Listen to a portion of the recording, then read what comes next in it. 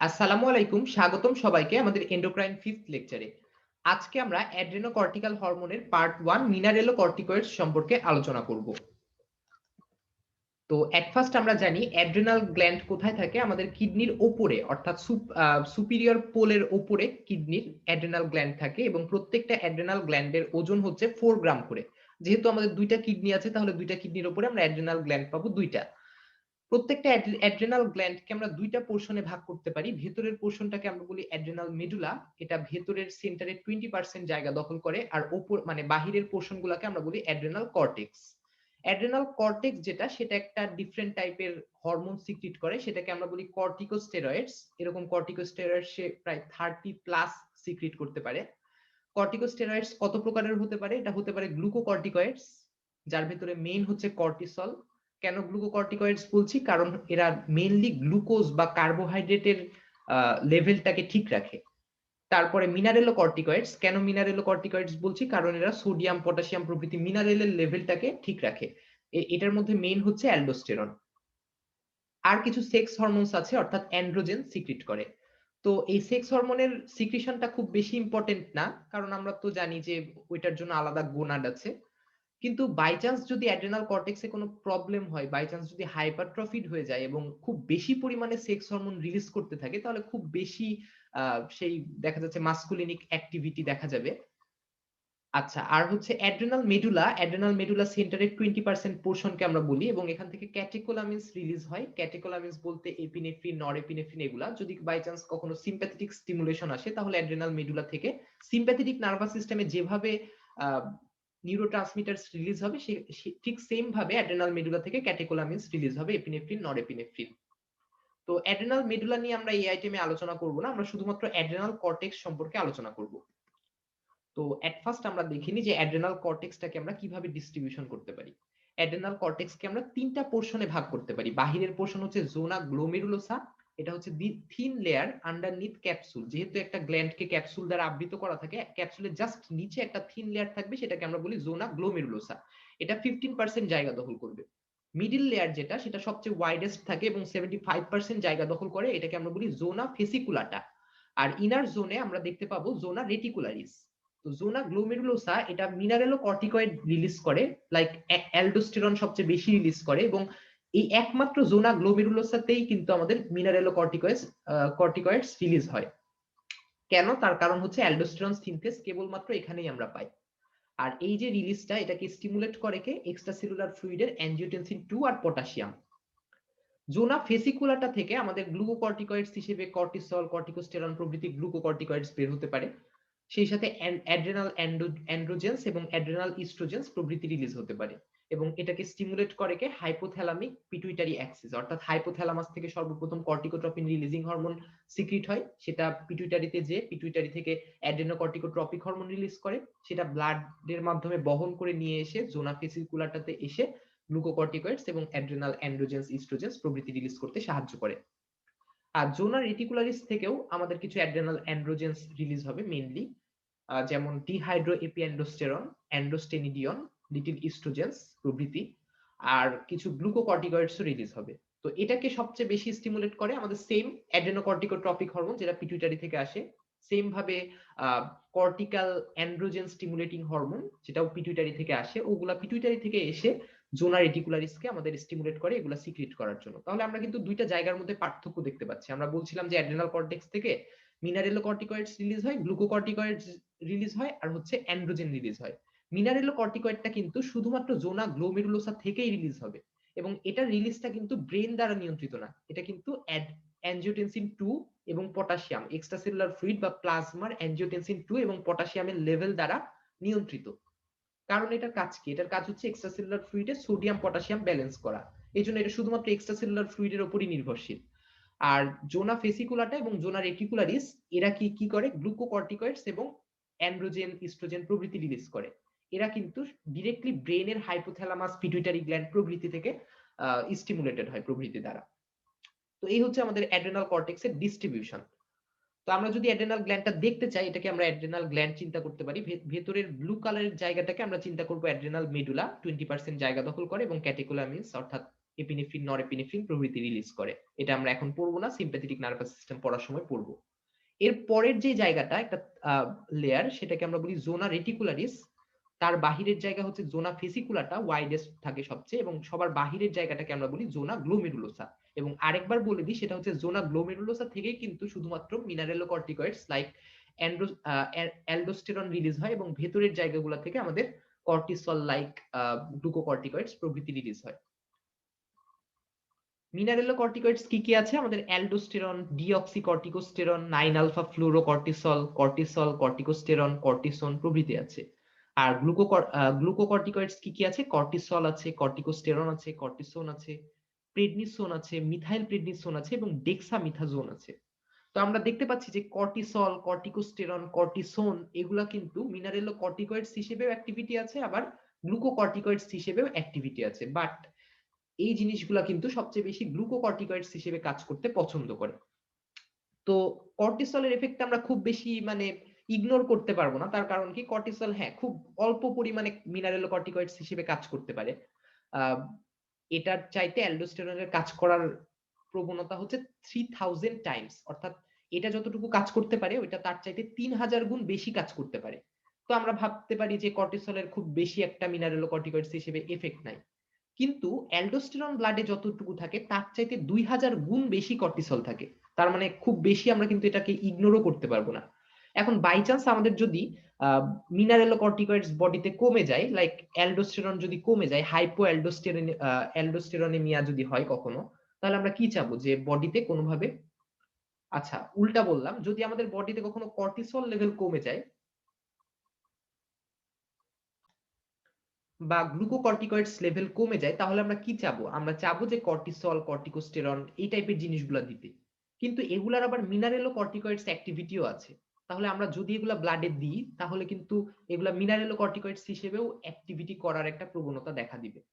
তো যাতে এই ঝামেলাটা না হয়, অর্থাৎ আমরা কর্টিসল দিলাম, সেগুলো কি করলো? গ্লুকোকর্টিকয়েডস হিসেবেও কাজ করলো, আবার সাথে মিনারেলোকর্টিকয়েডস হিসেবেও কাজ করলো। তখন ব্লাডে আমার তো অ্যালডোস্টেরন পর্যাপ্ত পরিমাণে ছিলই, সেই সাথে আবার কর্টিসল এসে ওইটা মিনারেলোকর্টিকয়েডস হিসেবে কাজ করছে। তাহলে মিনারেলোকর্টিকয়েডসটা বেড়ে যাবে আনএক্সপেক্টেডলি। এই জন্য আমরা একটা গ্লুকোকর্টিকয়েডস আছে, সেটার নাম হচ্ছে ডেক্সামিথাজোন।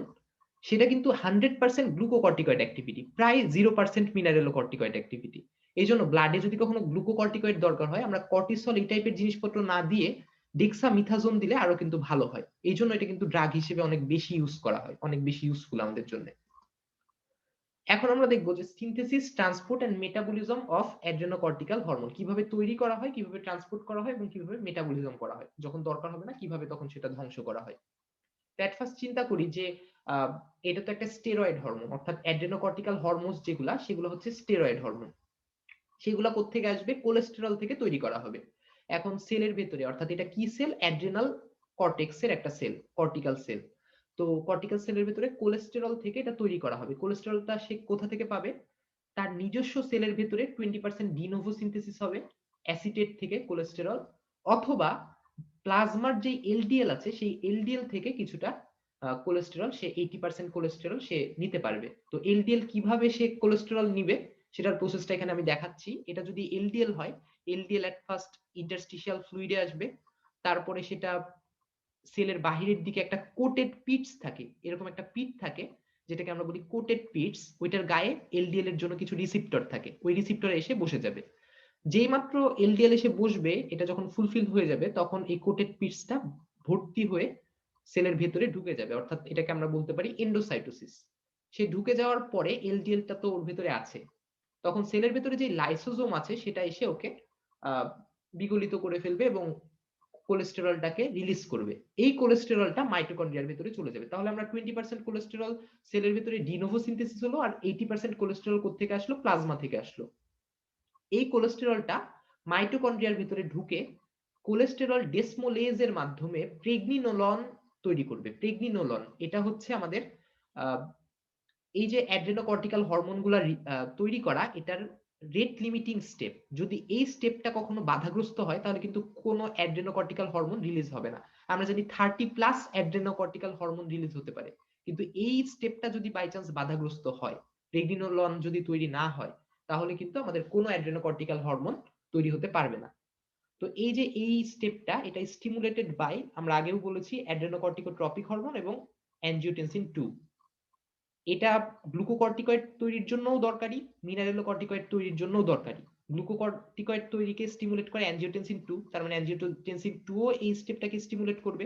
আবার মিনারেলোকর্টিকয়েড তৈরির জন্য দরকার আমাদের অ্যাড্রেনোকর্টিকোট্রপিক হরমোন, সেটাও এই স্টেপটাকে স্টিমুলেট করবে। তো এই যে প্রেগনিনোলন তৈরি হলো, এটা পরবর্তীতে বিভিন্ন বিক্রিয়ার মাধ্যমে বিভিন্নভাবে বিভিন্ন স্টেরয়েড হরমোন তৈরি করতে পারে। যেমন এটা সরাসরি 17 আলফা হাইড্রোক্সিলেজের মাধ্যমে 17 হাইড্রোক্সি প্রেগনিনোলন তৈরি করতে পারে, সেটা আবার ডিহাইড্রো এপিঅ্যান্ডোস্টেরন তৈরি করতে পারে। যে কোনো ভাবে এই টাইপের পুরো বিক্রিয়ার মাধ্যমে আমরা কিন্তু নিউমেরাস টাইপসের স্টেরয়েড হরমোন তৈরি করতে পারি। তা আমরা যদি অ্যালডোস্টেরন তৈরি করতে যাই তাহলে কি করতে হবে? প্রেগনিনোলন হবে সর্বপ্রথম, সেটা প্রোজেস্টেরনে কনভার্ট হবে, সেটা ডিঅক্সিকর্টিকোস্টেরনে কনভার্ট হবে, সেটা কর্টিকোস্টেরনে কনভার্ট হবে এবং তারপরে সেটা অ্যালডোস্টেরনে কনভার্ট হবে। বিভিন্ন এনজাইম এক্ষেত্রে কাজ করবে। যদি আমরা কর্টিসল তৈরি করতে চাই তাহলে প্রেগনিনোলনটাকে আমরা চাইলে 17 হাইড্রোক্সি প্রেগনিনোলনে কনভার্ট করতে পারি, সেটা 17 হাইড্রোক্সি প্রোজেস্টেরনে কনভার্ট করতে পারি, তারপরে সেটা 11 ডিঅক্সি কর্টিসলে কনভার্ট করে সেটাকে কর্টিসলে কনভার্ট করতে পারি। অথবা এই দিক দিয়েও আসতে পারে। যে কোনো ভাবে আমরা কিন্তু এই স্টেরয়েড হরমোনগুলো তৈরি করতে পারি। তো মেইন মিনারেলোকর্টিকয়েড হচ্ছে আমাদের অ্যালডোস্টেরন, এটাই মেইন। বাকিগুলা স্বল্প পরিমাণে রিলিজ হয়।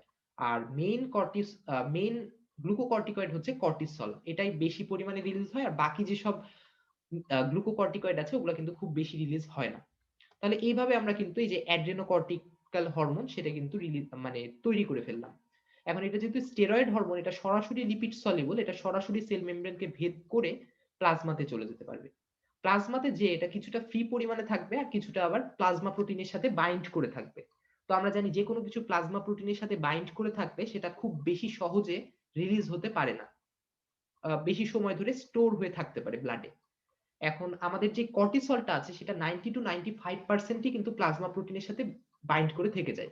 তাহলে ওইটার নিশ্চয়ই হাফ লাইফটা একটু বেশি হবে, অর্থাৎ ব্লাডে খুব বেশি টাইম ধরে থাকার প্রবণতা দেখাবে। এই জন্য এটার হাফ লাইফটা একটু বেশি টাইম ধরে আমরা পাই। এটা প্রায় 60 to 90 মিনিট ব্লাডে থেকে যায়, অর্ধেক। আর মানে হাফ লাইফের কথা বলছি, হাফ লাইফ সম্পর্কে আমরা তো জানি আগে থেকেই। আর অ্যালডোস্টেরনটা কিন্তু পুরোপুরি প্লাজমা প্রোটিনের সাথে বাইন্ড করে না, 60% প্লাজমা প্রোটিনের সাথে বাইন্ড করে, আর বাকি 40% কিন্তু ফ্রি থাকে। ফ্রি গুলা তো সরাসরি যে কোনো জায়গায় যে কাজ করতে পারে, কিন্তু যেগুলো প্লাজমা প্রোটিনের সাথে বাইন্ড আছে সেগুলা কাজ করতে একটু দেরি হয়। তো যেহেতু এটা খুব কম প্লাজমা প্রোটিনের সাথে বাইন্ড করে, এই জন্য এটার হাফ লাইফটা অনেক কম থাকে, প্রায় 20 মিনিটস ধরে এটা ব্লাডে থাকতে পারে। তো কোন প্লাজমা প্রোটিনের সাথে এরা বাইন্ড করে? এরা কর্টিসল বাইন্ডিং গ্লোবিউলিন অথবা ট্রান্সকর্টিন বলতে পারি এটাকে, অথবা অ্যালবুমিনের সাথে বাইন্ড করতে পারে। ব্লাডে অ্যালডোস্টেরনের নরমাল লেভেল কত থাকে? 6 ন্যানোগ্রাম পার মিলিলিটার, এবং এটা প্রত্যেক দিন 150 মাইক্রোগ্রাম করে রিলিজ হয়।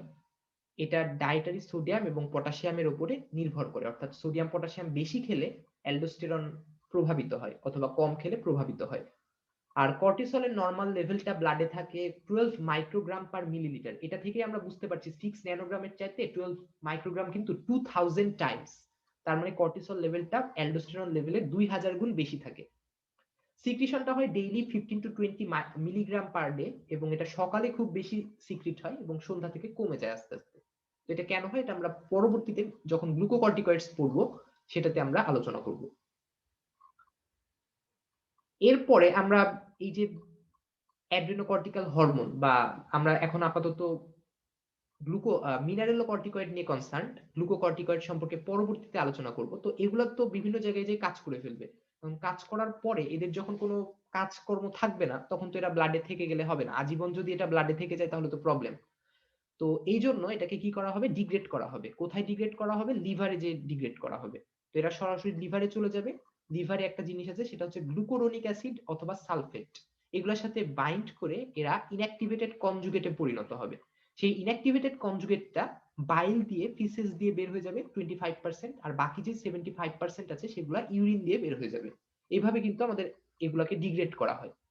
বাট যদি আমাদের কিডনি ডিজিজ থাকে, সরি এখানে লিভার ডিজিজ হবে, এটা ঠিক করি আমি। যদি আমাদের কখনো লিভার ডিজিজ হয়, লিভার ডিজিজ হলে কিন্তু লিভার কি করতে পারবে না? এই ইনঅ্যাক্টিভেশন প্রসেসটা করতে পারবে না। সেই সাথে সে কিন্তু রিমুভালও করতে পারবে না। তার মানে কি? ব্লাডে এই মিনারেলোকর্টিকয়েডের পরিমাণটা বেড়ে গেল। মিনারেলোকর্টিকয়েড যদি ব্লাডে বেড়ে যায় তাহলে মিনারেলোকর্টিকয়েড বেড়ে যাওয়ার যে ফলাফলগুলা সেগুলো কিন্তু আমরা দেখতে পাবো, অর্থাৎ বিভিন্ন ডিজিজ কন্ডিশন কিন্তু অ্যারাইজ করবে। অর্থাৎ যেমন আমাদের যদি অ্যালডোস্টেরন ব্লাডে বেড়ে যায় তাহলে সেটাকে আমরা কি বলি, হাইপার অ্যালডোস্টেরোনেমিয়া। হাইপার অ্যালডোস্টেরোনেমিয়া হলে কি হয়, যেগুলো হয় সেগুলা এই মানে লিভার ডিজিজের সময়ও হবে। তো এটা আমরা দেখলাম।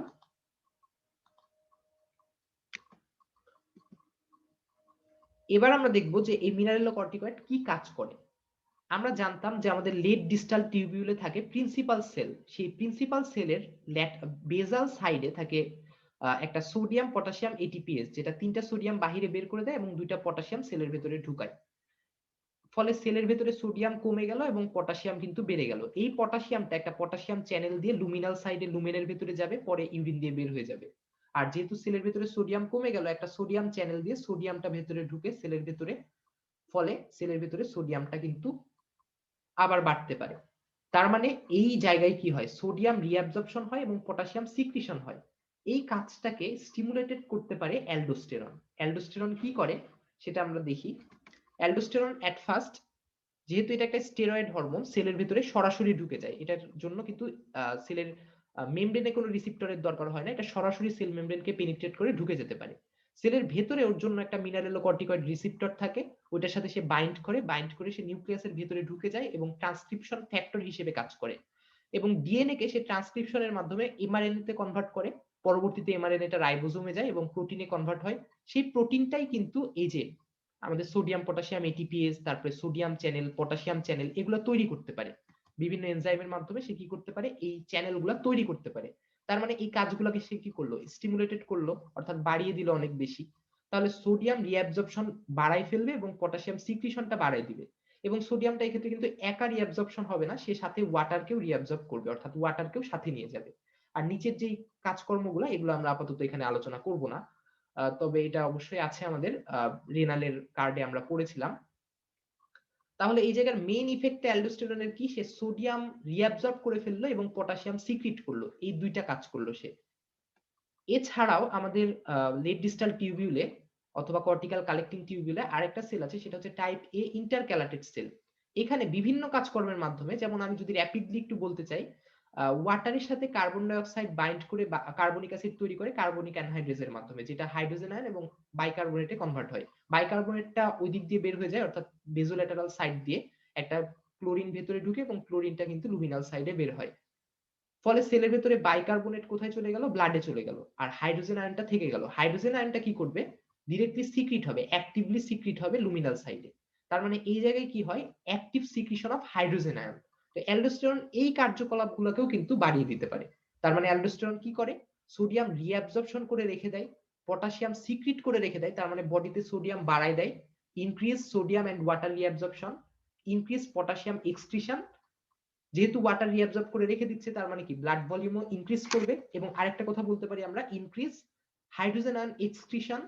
হাইড্রোজেন আয়ন যদি এক্সক্রিট করে, হাইড্রোজেন যদি বের করে দেয় বডি থেকে, তার মানে কি অ্যাসিডোসিস হবে নাকি অ্যালকালোসিস হবে। যেহেতু হাইড্রোজেন বের করে দিচ্ছি, বাইকার্বনেট ধরে রাখছি, তার মানে নিশ্চয়ই অ্যালকালোসিস হবে। এটাকে আমরা বলি মেটাবলিক অ্যালকালোসিস। তাহলে এই চারটা ইফেক্ট আমরা দেখতে পাবো, একটা হচ্ছে ইনক্রিজ পটাশিয়াম এক্সক্রিশন, একটা হচ্ছে increase sodium and water reabsorption, একটা হচ্ছে ইনক্রিজ ব্লাড ভলিউম, আর একটা হচ্ছে মেটাবলিক অ্যালকালোসিস। এগুলাই কিন্তু আমাদের অ্যালডোস্টেরনের কাজকর্ম। একটা কথা এখানে বলে রাখা দরকার, সেটা হচ্ছে অ্যালডোস্টেরনের কাজকে এখানে বাধাগ্রস্ত করতে পারে স্পাইরোনোল্যাকটন। এটা আমরা ডায়োরেটিক্স হিসেবে বা এটা আমরা একে ব্লকার হিসেবে ব্যবহার করতে পারি, এই রিসিপ্টর ব্লকার হিসেবে ব্যবহার করতে পারি। কারণ এদের শেপটা কিন্তু সেম থাকে, অর্থাৎ অ্যালডোস্টেরন যেভাবে বাইন্ড করে স্পাইরোনোল্যাকটনটা কিন্তু ওইভাবেই বাইন্ড করে ফেলতে পারে। তো আমাদের আরেকটা গ্লুকোকর্টিকয়েড ছিল, নাম হচ্ছে কর্টিসল, এটা আমরা সবাই জানি। সেটাও কিন্তু এখানে এসে বাইন্ড করতে পারে, কিন্তু ওর অ্যাক্টিভিটিটা খুব কম আমরা বলেছিলাম। তো সেটার কাজ তো আসলে গ্লুকোকর্টিকয়েড হিসেবে কাজ করা। আমরা তো চাই না যে ও মিনারেলোকর্টিকয়েড হিসেবে কাজ করুক, এই জন্য ওকে বডিতে 11 beta hydroxy steroid dehydrogenase type 2 বা 11 বিটা HSD2 এই জিনিসটা কর্টিসোনে কনভার্ট করে। কর্টিসোনের শেপ দেখেই বুঝতে পারছি এটার সাথে সে বাইন্ড করতে পারবে না, ফলে ওর কোনো মিনারেলোকর্টিকয়েড অ্যাক্টিভিটি থাকবে না।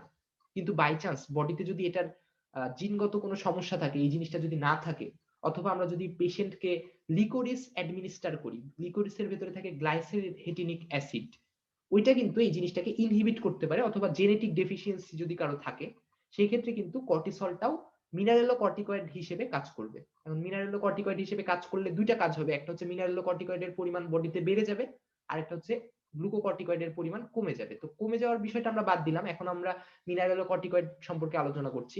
যেহেতু মিনারেলোকর্টিকয়েড বেড়ে যাচ্ছে, যদিও অ্যালডোস্টেরন সেম থাকছে বা কম থাকছে, কিন্তু কর্টিসলের কারণে মিনারেলোকর্টিকয়েডের অ্যাক্টিভিটিটা বেড়ে যাচ্ছে। এটাকে আমরা বলি অ্যাপারেন্ট মিনারেলোকর্টিকয়েড এক্সেস সিনড্রোম। তো এটা বলে রাখলাম। তো আমাদের যদি বাই চান্স অ্যালডোস্টেরনটা বেড়ে যায় তাহলে কি হবে? অ্যালডোস্টেরনের কাজই তো হচ্ছে পটাশিয়াম এক্সক্রিশন করা। তো যদি বেড়ে যায় তাহলে নিশ্চয়ই পটাশিয়াম এক্সক্রিশন খুব বেশি পরিমাণে হবে, বডি থেকে পটাশিয়াম অনেক বেশি লস হবে, তাহলে আমাদের হাইপোক্যালেমিয়া অ্যারাইজ করবে। হাইপোক্যালেমিয়া অ্যারাইজ করবে। হাইপোক্যালেমিয়া কি হবে? হাইপোক্যালেমিয়ার কারণে কিন্তু মাসেল উইকনেস দেখা দিতে পারে, কারণ সে শুধুমাত্র পটাশিয়াম এক্সক্রিটি যে করবে তা না, সে কি করবে বিভিন্ন সেলের ভেতরেও পটাশিয়াম পাঠিয়ে দিবে স্লোলি বাট প্রলংড টাইমে। সে কিন্তু পটাশিয়াম সেলের ভিতরে পাঠাবে, ফলে সেলগুলো কিন্তু ঠিকঠাক ভাবে অ্যাকশন পটেনশিয়াল জেনারেট করতে পারবে না, ফলে মাসেল উইকনেস দেখতে পাবো আমরা। হাইপোক্যালেমিয়া কেন দেখতে পাবো সেটা বললাম। সেই সাথে আমরা জানি যে অ্যালডোস্টেরনের কাজই হচ্ছে হাইড্রোজেন আয়ন সিক্রিট করা। হাইড্রোজেন যদি চলে যায় বডি থেকে তাহলে মেটাবলিক অ্যালকালোসিস অ্যারাইজ করবে বডিতে। নরমালি এটা হয় না, কিন্তু এক্সেস হলে তো মেটাবলিক অ্যালকালোসিস অ্যারাইজ করবেই। সেই সাথে সেটা সোডিয়াম এবং ওয়াটার রিঅ্যাবজর্ব করে ফেলে। তাহলে ওয়াটার যদি খুব বেড়ে যায় তাহলে ব্লাডের ভলিউম বেড়ে যাবে, অর্থাৎ এক্সট্রাসেলুলার ফ্লুইডের ভলিউম বেড়ে যাবে। সেই সাথে ফ্লুইডের ভলিউম যদি বেড়ে যায় তাহলে বেশি পরিমাণ ব্লাড আর্টারির গাত্রে অনেক বেশি প্রেসার দিবে, অর্থাৎ ইনক্রিজড আর্টারিয়াল প্রেসার। বাট আমরা একটা কথা ভাবছি এখন যে সোডিয়ামের পরিমাণও তাহলে বেড়ে যাবে, কারণ সোডিয়াম রিঅ্যাবজর্পশনও করে অ্যালডোস্টেরন। এটা বেড়ে গেলে সোডিয়াম রিঅ্যাবজর্পশনও বেড়ে যাবে, তার মানে আমাদের হাইপারন্যাট্রেমিয়া হবে। কিন্তু আসলে এটা হবে না। কেন? কারণ সোডিয়াম বাড়ছে ভালো, সোডিয়ামের সাথে তো ওয়াটার রিঅ্যাবজর্পশনও বেড়ে যাচ্ছে। ওয়াটার রিঅ্যাবজর্পশন যদি বেড়ে যায় তাহলে সোডিয়ামের কনসেন্ট্রেশন তো বাড়ছে না, সেমই থাকছে, ঠিক না? তাহলে ওয়াটার রিঅ্যাবজর্পশন বেড়ে যাওয়ার কারণে সোডিয়ামের কনসেন্ট্রেশনটা কিন্তু সেম থাকবে, অর্থাৎ হাইপার ন্যাট্রিমিয়াটা ডেভেলপ করার কথা না। তাও যদি সোডিয়ামের কনসেন্ট্রেশন বাই চান্স বেড়ে যায়, সেক্ষেত্রে কি হবে? আমাদের থার্স্ট মেকানিজম কিন্তু অ্যাক্টিভেট হবে, অর্থাৎ আমাদের পিপাসা লাগবে খুব বেশি, আমরা বেশি পানি খাবো, সোডিয়ামটা আবার নরমাল থাকবে। অথবা সোডিয়াম যদি বাই চান্স বেড়ে যায় তাহলে আমরা জানি এডিএইচ এর পরিমাণ বেড়ে যায়, অ্যান্টি ডায়ুরেটিক হরমোন, ফলে কনসেন্ট্রেটেড ইউরিন ফর্মেশন করার মাধ্যমে আমাদের সোডিয়ামের কনসেন্ট্রেশনটা ব্লাডে সেম থাকবে। তারপরেও এগুলা যদি কোনোভাবে ফেইলড হয়ে যায়, সেই ক্ষেত্রে আমাদের হাইপারন্যাট্রিমিয়া ডেভেলপ করার একটা লিস্ট অ্যামাউন্টের চান্স আছে, বা চান্স নেই বললেই চলে। তো আমরা ভাবছি হ্যাঁ এটা হলো।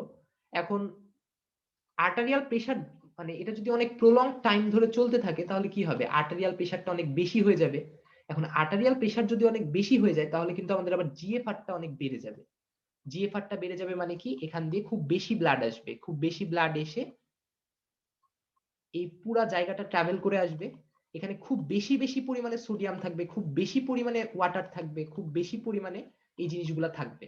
তো সোডিয়াম আমরা জানি কি এই অ্যালডোস্টেরনের প্রভাবে খুব বেশি পরিমাণে রিঅ্যাবজর্পশন হচ্ছে, ওয়াটারও খুব বেশি পরিমাণে রিঅ্যাবজর্পশন হচ্ছে। বাট খুব বেশি প্রেসারের কারণে এত বেশি সোডিয়াম আসছে, এত বেশি ওয়াটার আসছে, সবগুলা অনেক বেশি পরিমাণে রিঅ্যাবজর্পশন করার পরেও সবগুলা ওয়াটার আর সবগুলা ওয়াটার সোডিয়াম কিন্তু রিঅ্যাবজর্পশন করা সম্ভব হচ্ছে না, ফলে সোডিয়াম কিন্তু কিছুটা পরিমাণে বডি থেকে লস হতে থাকবে।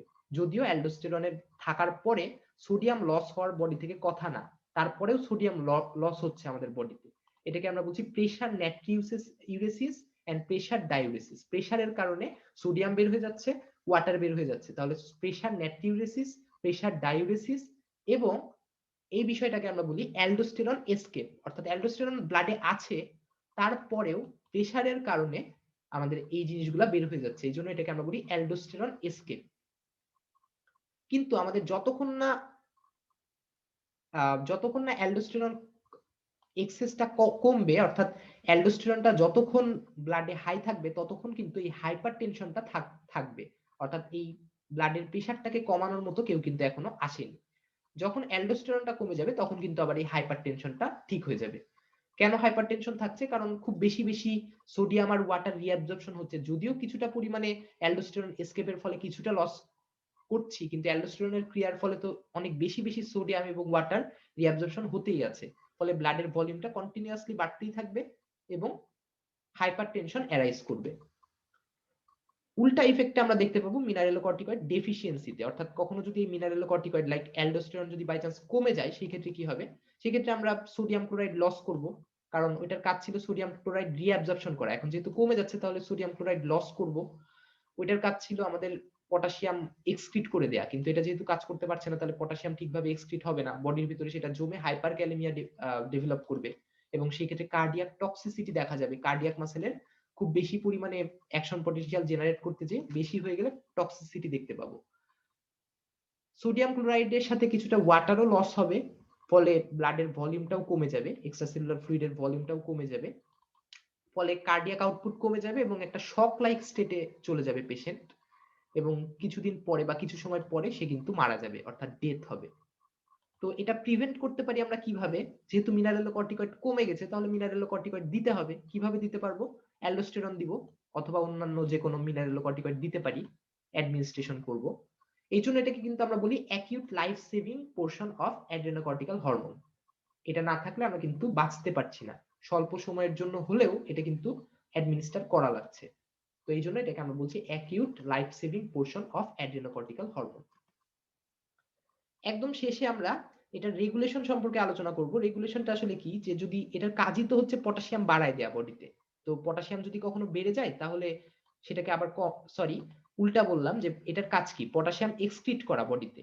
তো বাই চান্স যদি পটাশিয়াম বডিতে বেড়ে যায় তাহলে পটাশিয়াম এক্সক্রিট করার প্রয়োজনীয়তাটা বেড়ে যাবে, ফলে অ্যালডোস্টেরন খুব বেশি বেশি পরিমাণে সিক্রিট হবে। সেই সাথে আমাদের অ্যানজিওটেনসিন 2 যদি ব্লাডে কখনো বেড়ে যায় তাহলে কিন্তু অ্যালডোস্টেরন খুব বেশি পরিমাণে তৈরি হবে। অ্যানজিওটেনসিন 2 কখন রিলিজ হয়, আমাদের জিএফআর যদি ঠিকঠাক ভাবে না থাকে তখন কিন্তু রেনিন অ্যানজিওটেনসিন অ্যালডোস্টেরন মেকানিজম আমরা জানতাম, এই অ্যানজিওটেনসিন যদি কখনো সিক্রিট হয় সেটা কিন্তু অ্যালডোস্টেরনের পরিমাণটাকে বাড়ায় দিবে। সেই সাথে সোডিয়ামের কনসেন্ট্রেশন যদি আমাদের কখনো বেড়ে যায় তাহলে এই অ্যালডোস্টেরন সিক্রিশনটা ডিক্রিজ করবে, সামান্য পরিমাণে ডিক্রিজ করবে। কেন ডিক্রিজ করবে তার কারণ আমরা ধারণা করতেই পারছি, কারণ সোডিয়াম বেড়ে গেছে। সোডিয়াম বেড়ে গেলে কি করতে হবে, এটাকে লস করতে হবে ইউরিন দিয়ে, এবং অ্যালডোস্টেরন তো লসটাকে বাধা দিত, তার মানে অ্যালডোস্টেরনকে বাধা দিয়ে রাখতে হবে যে যাতে এই সোডিয়ামটা বের হতে পারে ঠিকঠাক ভাবে। আর আমরা জানি যে এই অ্যালডোস্টেরন সিক্রিশনের জন্য এসিটিএইচ অর্থাৎ অ্যাড্রেনোকর্টিকোট্রপিক হরমোন দরকার। তো এমন না যে এটা যত বেশি থাকবে অ্যালডোস্টেরন তত বেশি থাকবে, এটা যত কম থাকবে অ্যালডোস্টেরন তত কম থাকবে, বিষয়টা এমন না। অল্প পরিমাণে যদি এটা থাকে তাহলে যথেষ্ট, এটা নেসেসারি। একদম শূন্য যদি থাকে তাহলে অ্যালডোস্টেরন রিলিজ হবে না, কিন্তু সামান্য পরিমাণে থাকলেই কিন্তু অ্যালডোস্টেরন তার ইচ্ছা মতো সুবিধা মতো বের হতে পারে। এটা অল্পই যথেষ্ট। তো এই চারটা ফ্যাক্টর দিয়ে আমরা কিন্তু অ্যালডোস্টেরন সিক্রিশনটাকে রেগুলেট করতে পারি। তো এই ছিল আমাদের মিনারেলোকর্টিকয়েড সম্পর্কে আলোচনা। এরপরে আমরা গ্লুকোকর্টিকয়েড এবং কিছু ডিজিজ সম্পর্কে আলোচনা করব। ধন্যবাদ সবাইকে।